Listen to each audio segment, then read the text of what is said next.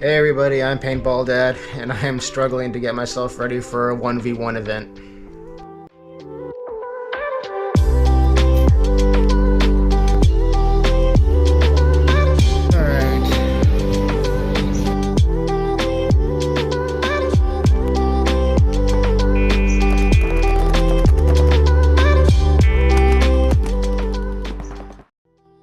Alright, so I'm a little bit behind on recording this video, but a few weeks ago I went to a 1v1 tournament at my home paintball field of Palmetto Hills Paintball in Rock Hill, South Carolina.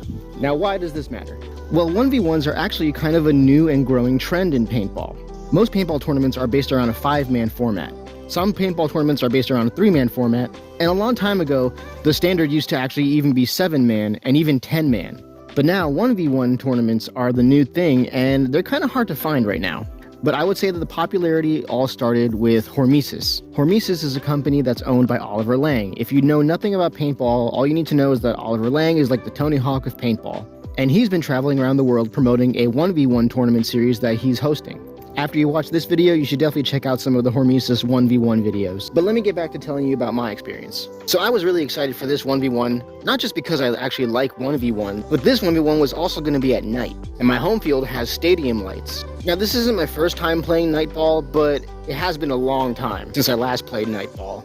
And with the constant upper 90 temperatures that we've been having here in South Carolina, I definitely appreciate the fact that we'd be playing in the night. So I got my wife and kids together, we headed up to Rock Hill, and I checked into the field about an hour before the tournament started.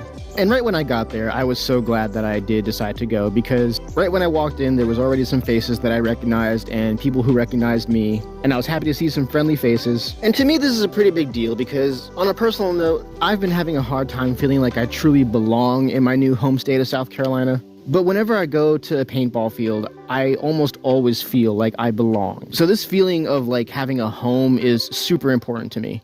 Having a place where everybody knows my name and I know their name, and we're genuinely happy to see each other and ready to support each other in what we do. So the world of paintball has always been where my community is. Now the turnout for the event was a little smaller than I expected, but I guess I kind of understand why.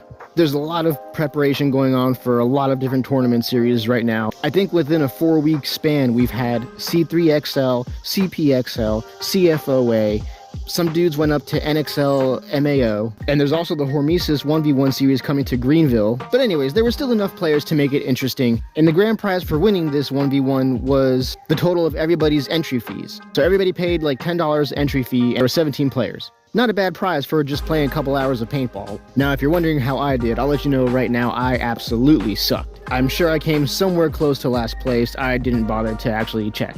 But the way that it was organized was everybody was given a number, and then the officiator decided which numbers play against each other. And the prelims went by super fast. It was only 3 points in the prelims. And then depending on how well you did in the prelims, the top 8, I think, would move on to the next round. But breaking it down that way, you had to win at least 2 out of 3 of your points if you wanted to have a shot at getting into the knockout rounds. And I, unfortunately, went 0 and 3. I did actually trade in one of my points, but we had to spin it back around because they wanted every point in the prelims to have a clear outcome of a winner and loser.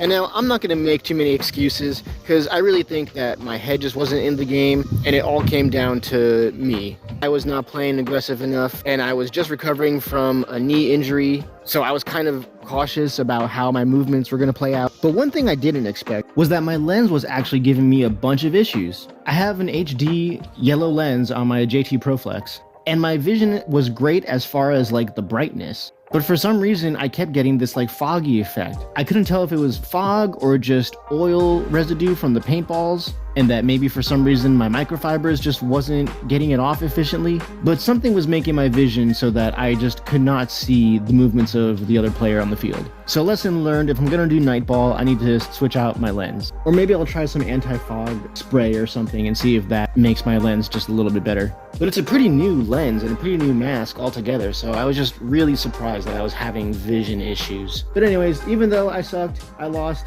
I still had a lot of fun. I was really glad that both my boys were able to come and watch me play, and even though I got out early, it gave me the opportunity to do some recording. Speaking of recording, my GoPro got shot again on that front-facing screen, and it just completely shut off. It would not turn back on. So my GoPro Hero 11 is basically trash right now. I already got a new action camera, and I decided to go with something cheaper.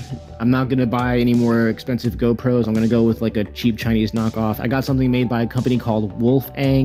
I've never heard of them before, but so far the camera seems to do essentially what I needed to do. I can definitely tell where this company has skimped on some things, but it mostly has to do with like stabilization. The camera that I got only costs like 120 bucks, and it does still record at the rates that I need. It records 4K at 60 frames per second and 2.7K at 60 frames per second, which is actually what I like to record at. The only annoying thing is that the stabilization isn't as great as the GoPro, so if I'm running hard or shaking a lot, it will distort the image more than it would be on my GoPro. And I kind of do miss how my GoPro had a horizontal stabilizer as well. So like if I tilted the camera a little bit to the left or the right, it wouldn't actually show on the video. It would still look like I was holding the camera completely flat.